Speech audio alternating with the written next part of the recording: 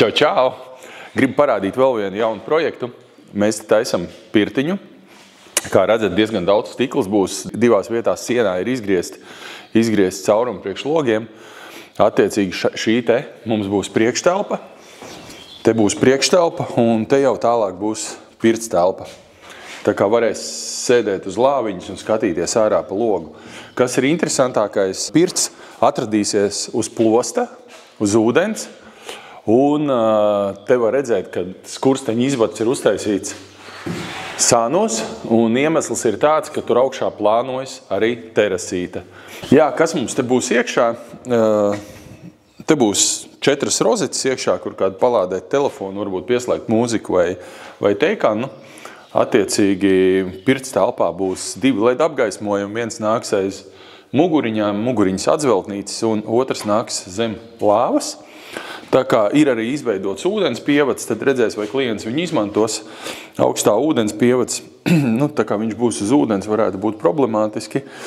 Un šobrīd redzat, ka viss sagatavots gan flīzēšanai, un tagad nākamais būs jāliek folijas, distances līstis, un tad jau tur tālāk nāks apdare.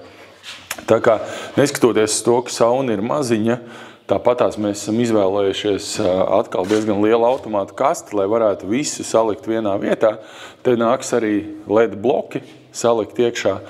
Un attiecīgi, ja kaut kas laika gaitā notiks, tad viegli būs tikt klāt, nebūs kaut kur iebūvēts sienās un jāmeklē.